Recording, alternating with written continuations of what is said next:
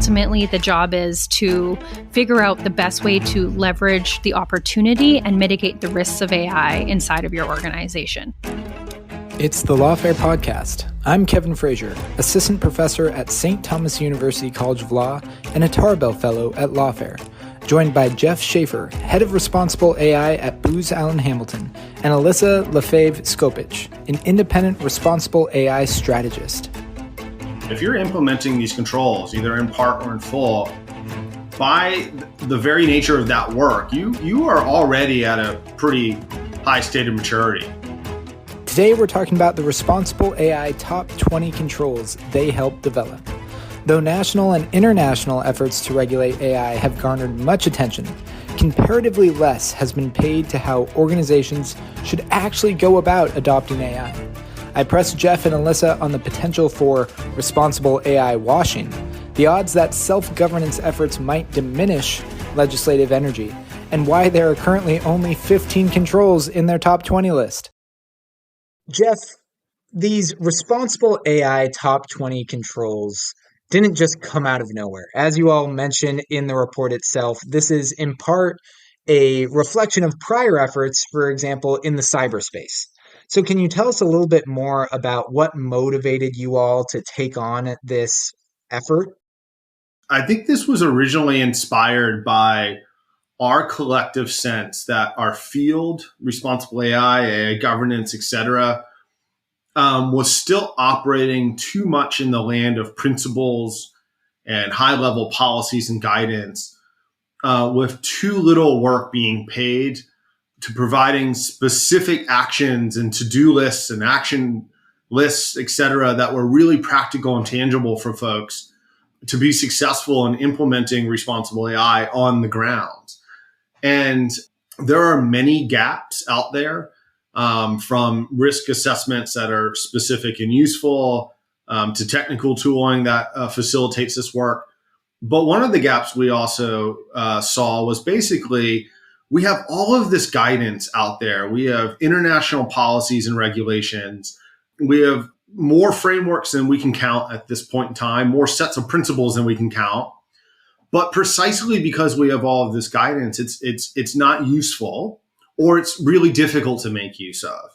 And so I had spent some time in cyber previously and remembered, when I was doing this work, the SANS top 20 was a really useful way to just kind of check, okay, what do we need to focus on?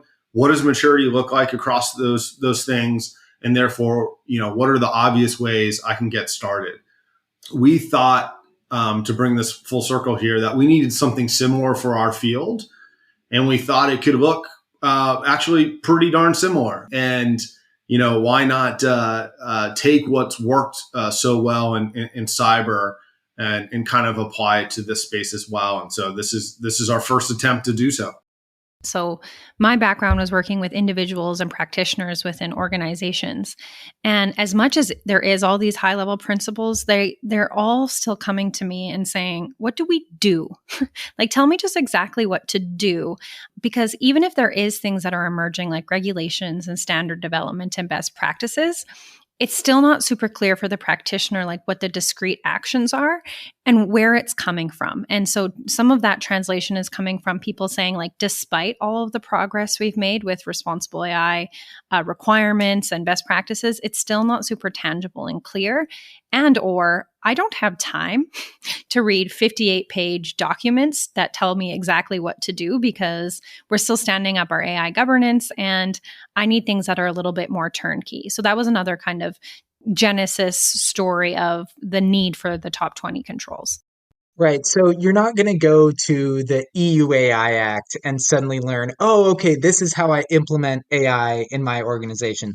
And you can't just tell all your employees to go to Khan Academy or some coding boot camp and say, oh, now you understand the ins and outs of AI and expect that your organization will be able to adopt AI. So I see how you all are meeting a need here, but there's still quite a bit to unpack. So I guess to start, Alyssa, can you define or give us a sense of what the heck responsible AI means? Listeners to this podcast have heard doomers, we've talked about accelerationists, we've talked about all of these different camps.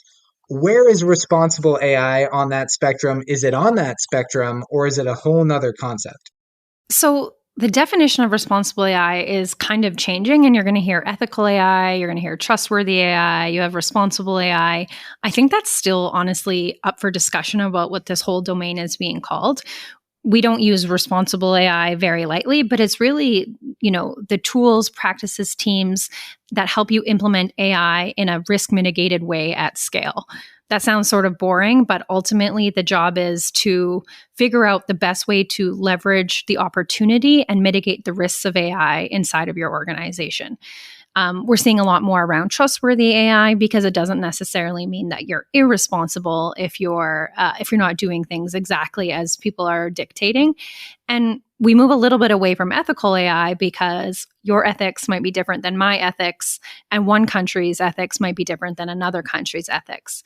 So it's really the spectrum of guardrails, tools, processes, and personnel that help you harness the benefits of AI in a safe, trustworthy, and risk mitigated way.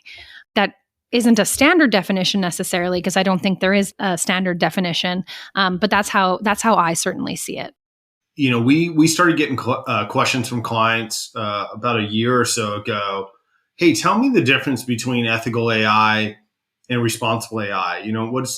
I hear these terms interchangeably. Can they be fungible, or do these mean specific things? And we started getting that question frequently enough that we realized we needed to put some thought into this. Like, the field is clearly not resolving this definitional issue, which is fine, but we need to kind of wrap a structure around this so we can actually have a good answer for clients. And so we came up with our regs formula. So responsible AI equals ethics plus governance plus safety. And the idea is that at a minimum, commonsensically, you can't consider an AI system responsible if it's not ethical, well-governed, and safe. And so we thought that was a good way to just kind of, again, wrap our arms around what this broad topic area could mean and should mean. And we've since seen a lot of light bulbs go off when we use the regs formula, when we structure our conversations around that. We've even done actual exercises where people, take a use case and talk about the ethical dimensions, how they would govern it, and then what are kind of the safety aspects of that problem set as well. So it's proven to be really useful. But as Alyssa said, the whole field is still kind of evolving and grappling with what these different terms mean. Are they subfields? Are they sub-disciplines? Are they interchangeable? Doesn't even matter. So at a minimum, we're just trying to make this a little bit more useful for folks. And I think what is responsible or trustworthy or safe for one organization doesn't necessarily mean it's the exact same for another organization. So organizations are grappling with how to even define this for themselves internally. So for example, if I'm going to implement an AI system that brings a lot of productivity, but it means potentially laying off part of my workforce, how do I grapple with that? Where is my responsibility in that? And that is not the same for every organization. And so that's part of the friction we're getting in definitions is it depends. It's context specific. Well, it's fascinating to hear you all map this out, because I think it gets to the fact that so much of the AI discourse right now has been at either the meta level, right, back to those doomers versus accelerationist conversations, or very personal, looking at your own views on AI, but that sort of organizational approach has sort of been missing. And so when you think about someone who's going to pick up these responsible AI top 20 controls, are we thinking, it's the Denny's diner equivalent down the street? Or who are the ideal clients? Who do you expect to actually pick up these controls and implement them? When we first thought about this, it came from the fact that maturity is all over the map as it relates to responsible AI. And also the realization is that every organization already likely has AI inside their company, whether it's embedded within software or they're purpose building their own AI. So the idea was that this would be useful for anybody that is looking to scale their responsible AI maturity and for multiple types of practitioners inside of organizations. Right now, the responsible AI portfolio is a little bit of an organizational hot potato. And so you're getting people that are in security, they're in privacy, they're in marketing, they're in IT, and this might not be in their wheelhouse. And so they need a tool that, even if AI, if you're a manager who has to understand and evaluate a tool your team is bringing to you, where can I go to for practical guidance? And so we're seeing probably lower maturity to medium, high maturity type companies adopting this and it fitting and supporting multiple roles within inside of an organization. There's a lot of organizations that are quite mature with their responsible AI practices. So you're going to see, you mentioned Apple or Microsoft or others. Hopefully that this is something that they contribute to and bring their expertise to. But we're definitely seeing those in the more emerging space looking to adopt things like this. Yeah, and I'll tell a personal story here. I was the acting chief security officer for a crypto startup back when that was still cool. And it's still cool in Miami, Geoff. I don't know what you're talking about. Crypto's still big here. Oh, that's true. You still have stadiums named after it, I think. I told that team, hey, I shouldn't be that person. I don't know what I would do there to approach that work. It's incredibly technical, et cetera. And it was full of Bridgewater guys. And so they're like, well, that's exactly why we want you. Just come in, do common sense things, help us figure this out, get us from 0 to 1, and then we'll re-explore. And so that made sense to me. But, here I am starting on day one. I'm like, okay, well, what are these common sense things? What am I going to do? And again, I remember the SANS top 20. I thought, well, let me just start with a basic maturity assessment against these controls. Like, what does this startup have already? Where do we really need to be focusing? Is it 4 out of these 20 controls? Is it all 20, et cetera? And I did that assessment, and I was actually pretty blown away by how much of a roadmap it provided us. It just made so many things clear. And so on the one hand, I think it's really useful for any organization at any size, but particularly organizations that are starting with very little or they just simply don't have this type of capacity.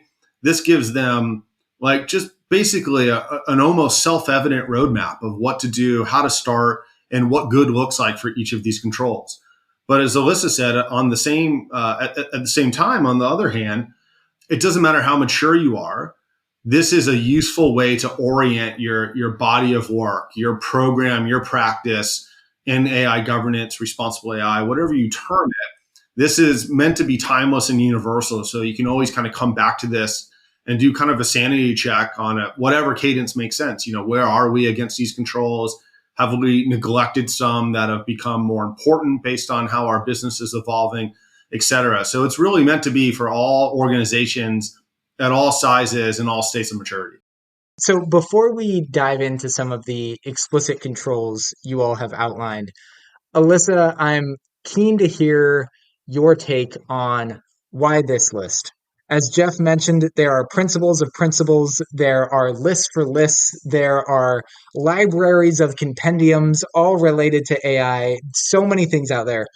What about the process that was used to form these controls, the stakeholders who were involved, makes this the go-to list for an organization, for a small government, for a small business? Why this list? Great question. Really, it was developed in a variety of ways. One, it was meant to be very plain language and very obvious and easily transferable. So that was part of the rationale of the list and the language and how it was used. Two, it was developed with a multi-stakeholder group, and Geoff can speak a little bit more to kind of how that came together. But practitioners from all types of organizations in government, in different industries, different levels of maturity. So it wasn't developed in a vacuum. It was developed with actual practitioners who have maturity and experience in the space that says, this is what I did. This is what needs to be done. And then Number three, it was actually done in evaluation of all of the things that have been developed already. So trying to use language that we see in NIST, trying to look at what's happening in, Biden's executive order and using language like that. So it still connects to some of the regulations and principles and things that are emerging. So the idea is also an active living thing by having governance and an industry advisory group around it. Not only will we continue to develop new controls as the technology emerges, but it's not static and it's open to change because we realize that people are going to start to implement this, come back with feedback, and we're like, you know what, that does need potentially tweaking. So that was how it was developed. Awesome. And Geoff, can you tell us who was involved in this process? Yeah, our partner, Ramsey Brown from Mission Control AI, started this really unique summit called the Leaders in Responsible AI Summit at Jesus College, Cambridge. We're bringing it to Georgetown actually this fall. So it's going to be bi-coastal, biannual. But the idea here is to bring together practitioners from across the globe, across sectors, industries, et cetera, and really try to solve like big practical problems in the field. It's very hands-on. It's like a giant workshop versus, a traditional conference. And this past March, we had about 75 practitioners from across the EU, UK, and Europe come together and help us pull together the first draft of these controls.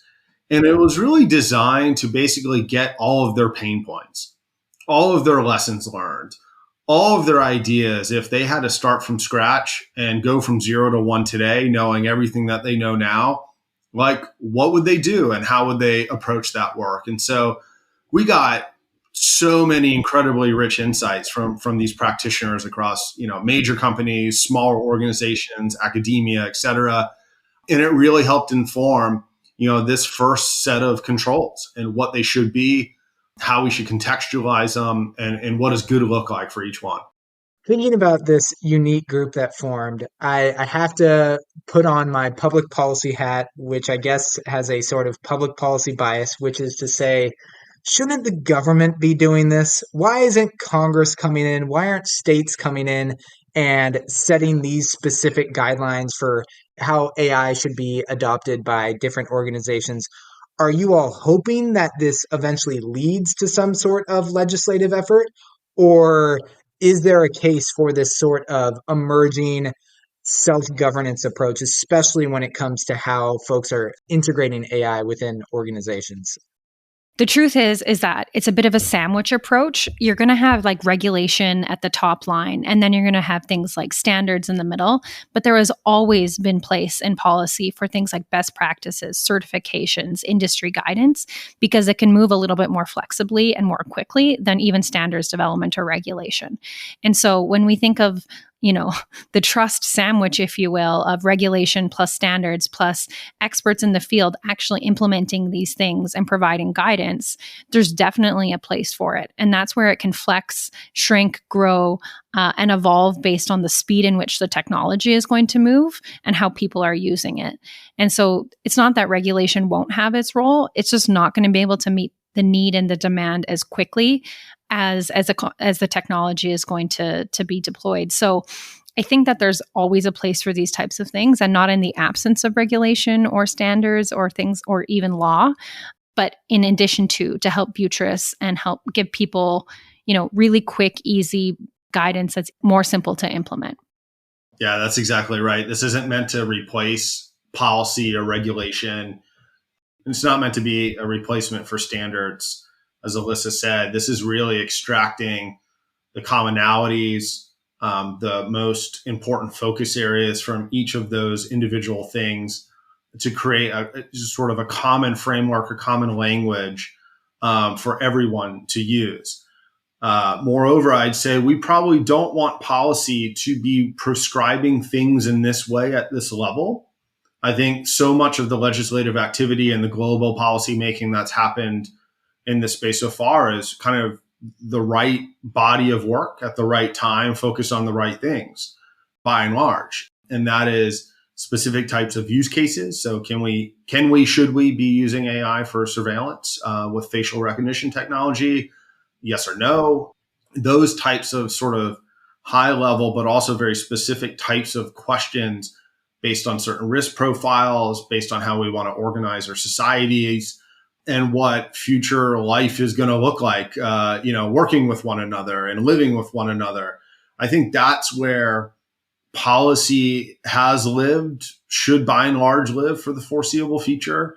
And that is not this. And I think that's right. This set of controls is meant to extract, again, those best practices, the lessons learned from the types of legislation around different risk profiles of use cases and extract what's common amongst those things so that anyone, anywhere that's using AI in any capacity can be assured that if we start with these controls and we end with these controls, we're going to be operating at the minimal viable maturity level that we really need to kind of sleep, at night with confidence that we're doing the right things and we got the right guardrails in place. With that in mind, we've seen similar standards in the environmental space, in the cyberspace, and there have been concerns about things like greenwashing. And so I wonder if you all have thought through, might compliance with this list amount to a sort of responsibility washing, AI responsibility washing, right? We hired our chief AI officer. We had a flashy press release about them, and she's brilliant and she's doing all these things. And we checked off the list of the top 20 controls, and now we can wash our hands. AI's over. We solved it. What are your concerns there, and how do you think the controls will actually mitigate against that? And I'll start with Alyssa. I would respectfully just change the language a little bit because we're not actually calling for compliance with the list. Not because we're policy standards folks. I am going to be a little bit of a stickler on language just for clarity, but we're not actually testing compliance against these lists. I think, the things where certifications and other soft law approaches like standards and the checking of standards like ISO 42001 will have that place inside the checks and balances. I do, a lot of times think about responsible AI or ethical AI washing. Congrats, you put your principles on your website and you hired one role. Cheers for you. But the whole idea of the top 20 is to actually take it past that into implementation. Am I worried that people are going to say, hey, we implemented the top 20 controls, we're done? The idea is if you implement the top 20 controls, you're going to be on the higher end of the spectrum of maturity. And in this case, when there's actually not a huge driver, unless potentially you're looking to comply with the EU AI Act or certain other regulations that are in force, you don't have to do anything. And so if someone were to say, we worked really hard and we implemented, the top 20 controls to the best of our knowledge, I would say that's a pretty significant motion inside of an organization when compliance with regulations that may or may not exist or be enforced isn't necessarily on the horizon. Yeah, it's a good question because we design these in part to prevent that by their very nature. So as Alyssa said, if you're implementing these controls, either in part or in full, by the very nature of that work, you are already at a pretty high state of maturity. And so we detailed these things. We created these controls for that very purpose. They're extremely practical. They're extremely specific. And so they're basically building blocks for your mature foundation. I would worry more about ethics, setting ethical principles and using that as a benchmark for maturity, because to your point, Kevin, that's really easy to publish, no matter how well intentioned and no matter how well thought out, and then stop there and feel like you've really achieved something. But obviously connecting principles to practice and having principles drive actual specific actions and decision making across an organization are two radically different things. And so we do have control that speaks to setting the values of your organization, et cetera. But by and large, you won't find a lot of things like, determine your ethical principles or make sure people understand what your ethical principles are. Because we kind of recognize, and this was one of the great insights from the wisdom of the crowd that we brought together in Cambridge, is that just won't get you very far. there's so much work to do beyond that and around that to actually have a practice that's going to allow you to deploy and use AI with confidence. And again, the right guardrails that actually mean something. I'm a law professor, so folks will know that math is not my forte, but even someone with a JD can count to 20. And running through your top 20 list, I only count 15, and that's within my wheelhouse. So, Alyssa, where are the missing 5, and when will we see them, and why are we missing 5? Are you already engaging in false advertising? This just seems like an irresponsible top 20 list. I'm concerned. Thank you for calling that out. I actually think it's really important, and math is also an area of growth for me. So I did double check this. The idea is that we wanted it to be a recognizable name that follows like certain other standards that have existed in the space. But we also wanted to build in innate flexibility, understanding that the controls may need to flex as the technology and different use cases and applications come into place. So, even in our materials as they go live, we're certainly going to call out the fact that we can count. But being able to build in the flexibility for the future of when new controls need to be developed. So it's not the top 19 and then the top 24 and things like that. So, I'll let Geoff speak to it a little bit more. We're aware of the number, and it's really about building in that future proofing for where the industry and the technology may go. Yeah, math is also a growth area for me. I am enumerate, but yeah, we want these to be timeless and universal. So we recognize that, we had many technical practitioners, folks that are hands on keys, developing AI systems, a part of this effort and will remain a part of this effort moving forward. And because of that, we recognize that over the next 18 months, we're likely to experience pretty radical development technically in this space. Whether it's more competent agentic systems, whether neurosymbolic really becomes a thing or more of a thing and dominates kind of the next generation of architectures. We anticipate over the next 18 months, we'll have GPT-5, maybe 6. We're just assuming there's going to be a lot of technical change and evolution over the next 18 months, and wanted to ensure that these controls span from organizational level controls all the way down to system specific controls, but didn't want to just create those controls in a vacuum when we're on the precipice of such radical change. And so basically, we strategically left them at 15. So with the broad community here, as we work to make this kind of a common framework across the community and drive adoption, with that community, we want to make sure that we are adding the remaining 5 controls with a level of sort of technical realism as that technology evolves. And so we feel pretty confident about that approach, but we'll see. Things are moving fast, and we may finish the remaining 5 controls, and 3 months later they may prove to be completely irrelevant. So as Alyssa said, we're going to try to maintain some innate flexibility in the framework, but wanted to finish the swing on all 20 when we felt confident that we could make them reasonably timeless and universal. We debated. We did have a big debate about how to name this and control it and things like that. And I think part of it is making it, easily to talk about too. So that was a consideration. Branding is important. We all know it. It's that's a fact of life. So I know listeners are just dying to hear some of these. For the listeners who didn't do their pre-reading, which is fine. Occasionally, 1 or 2 of my students don't do all of my assigned reading, which is fine. Anyways, so we've got engage executives, align organizational values and incentives, activate your AI governance team, integrate responsible AI into roles and responsibilities, engage employees, continuous education, establish AI risk management strategy, inventory your AI assets, conduct impact assessments, implement adaptive risk controls, continuously monitor your AI lifecycle, manage third parties, manage emerging regulatory compliance, develop incident response plan, and engage impacted stakeholders. All right, I won't ask either of you to repeat all 15 off the top of your head, although I'm sure you can. And we don't have time to do all 15. but there are a few I really want to focus on. In particular, I'm keenly interested in engage employees.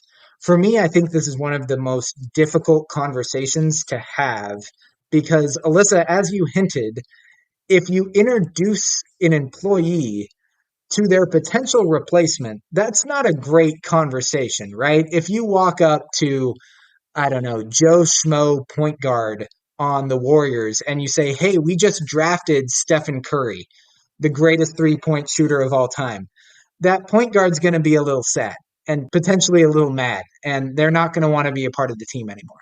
So, what does it mean to engage employees in a way that isn't just, hey, we're actively working to automate more of your tasks and we'll try to give you a good severance package or so on and so forth? What does engage your employees actually look like under the controls you all have outlined? Yeah, it's a great question. And as you may have guessed, Kevin, this was maybe one of our more not controversial controls, but one of the more considered ones. For me, this is really about making your employees a part of the conversation of what you're using AI for and how. And not only to let them know, hey, we're going to, develop this AI system to automate X% of your work.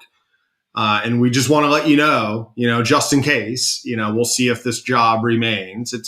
It's really more so, hey, we are doing this body of AI work. Here's the business reason. Here's the strategic reason. We want you a part of this development and this design process. Does this make sense to you? How would you shape this AI system?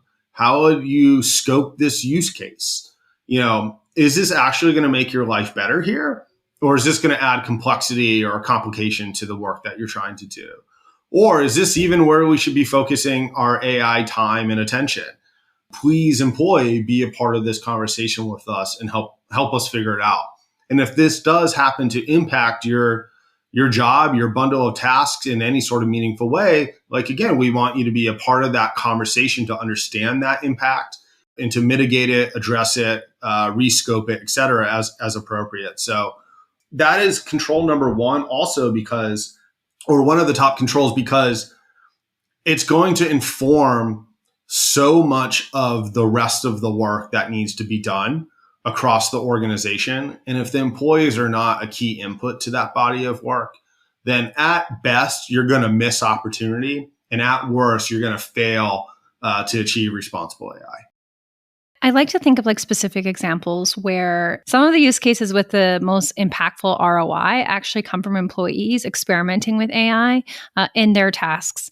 And so one of the things we've seen is that when kind of crowdsourcing ideas for applications or use of AI from people that are actually on the front line and can become more efficient in their tasks is where some of the highest value from AI has come from. This has been my experience versus, people, executives in a boardroom being like, how are we going to use AI to transform our business? That has validity too. But by engaging employees on how they want to use AI, helping them understand where the policies are, and then making sure that you have diverse representation across your organization.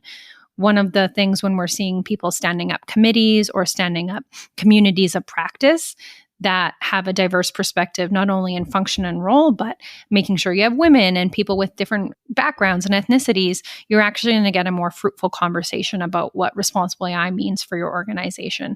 So it looks like crowdsourcing ideas for applications of AI, helping that inform your policy development, and then, hopefully setting up communities of practice where there's trust and transparency in being able to flag where they see challenges with AI, but also see the opportunities for, task augmentation. I'm not naive enough to say that AI won't replace jobs. It's going to happen. And I do think that we're maybe overstating the amount, but I do think that the employees that get used to experimenting and using AI and offering ideas where it can provide value are going to have a really strong conversation and foothold inside of organizations as well. Yeah, there's a great line. I forget who to attribute it to. So whoever is listening, and this was your quote, please let me know. But in the legal field, someone said, AI isn't going to replace lawyers, but lawyers who are good at AI will replace lawyers who aren't. And I think that's a very interesting sort of aspiration for organizations to say, how can our employees be the folks who are good at AI so that they can continue to add value and lean into the technology? So, two other controls that I want to hit on as a sort of melded one would be engage impacted stakeholders and align organizational values and incentives. And the particular context I'm thinking about is some of these large AI labs, suddenly their climate goals have gone out the window. And we no longer see them talking about how they're going to keep their low carbon footprint, and suddenly AI has just become more of a priority. Are you all thinking at all about things like the environment and perhaps the impact on even folks doing content moderation or training of these AI models in the global south? How expansive are we thinking about the impacted stakeholders and sort of these organizational values? Yeah, let me answer that in sort of a meta way. So the answer is definitely yes. But one of the things that we did is for Alyssa's first iteration, we gave some details about what we thought, kind of the nature of each one of the controls looks like. It implies some level of maturity or focus, but we weren't being too prescriptive of what the control means in different contexts and what therefore specifics around how you would measure maturity in different industries or sectors or for different problem sets would look like. That was on purpose, again, to A, make the controls as timeless and universal as possible, but B, one of our hopes is through the governance committee and the industry advisory group that these controls eventually evolve such that we have specific implementation criteria or roadmaps or just simply guides for different sectors and for different industries. And so, the financial services industry may see an instantiation of these controls at a level of detail that looks pretty different because it's really tied to their specific body of work and how that gets done and the unique use cases and risk profiles of that work that's specific to their industry versus something like energy production or just more broad environmental considerations. The level of maturity or the way we would engage an impacted stakeholder in that context is going to be different. And so, what the compute does to your environmental goals or how you're actually building physical infrastructure to do this work or using AI to help you design physical infrastructure, those environmental considerations are going to be really different depending on the use cases. So we try not to solve for this at a use case level because it's going to be, again, so variable based on industry and player and organization.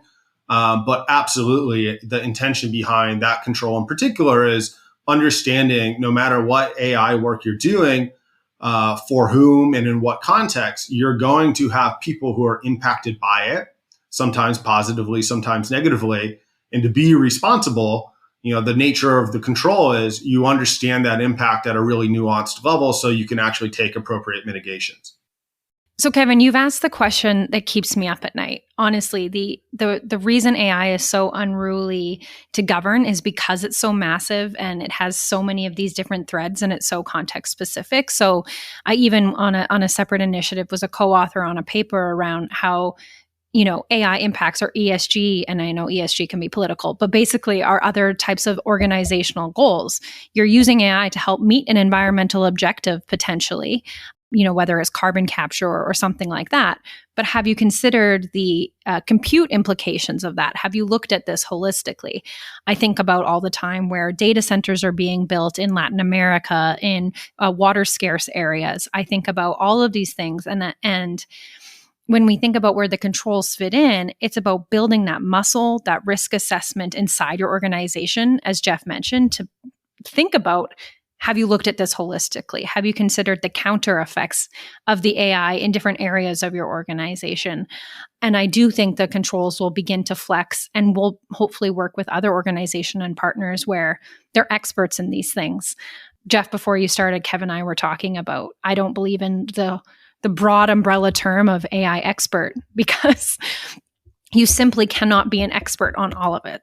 If you're an expert in the testing and evaluation or kind of technical side of things, you may not be the policy expert, and you may not be the environmental expert, which is why our community is so important, because if anyone's an expert in everything, they're a liar. But as a collective, there's a huge amount of mind share that can build this out for our future.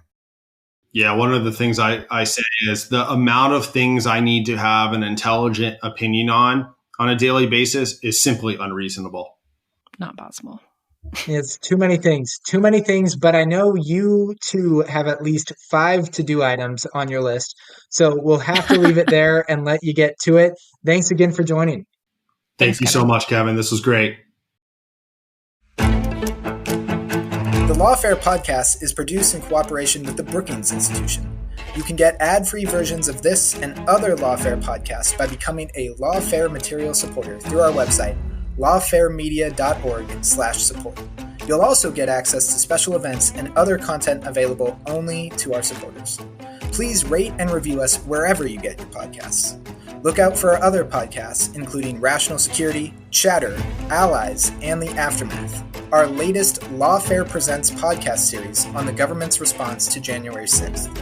Check out our written work at lawfaremedia.org. The podcast is edited by Jen Pacha, and your audio engineer this episode was Goat Rodeo. Our theme song is from Alibi Music. As always, thank you for listening.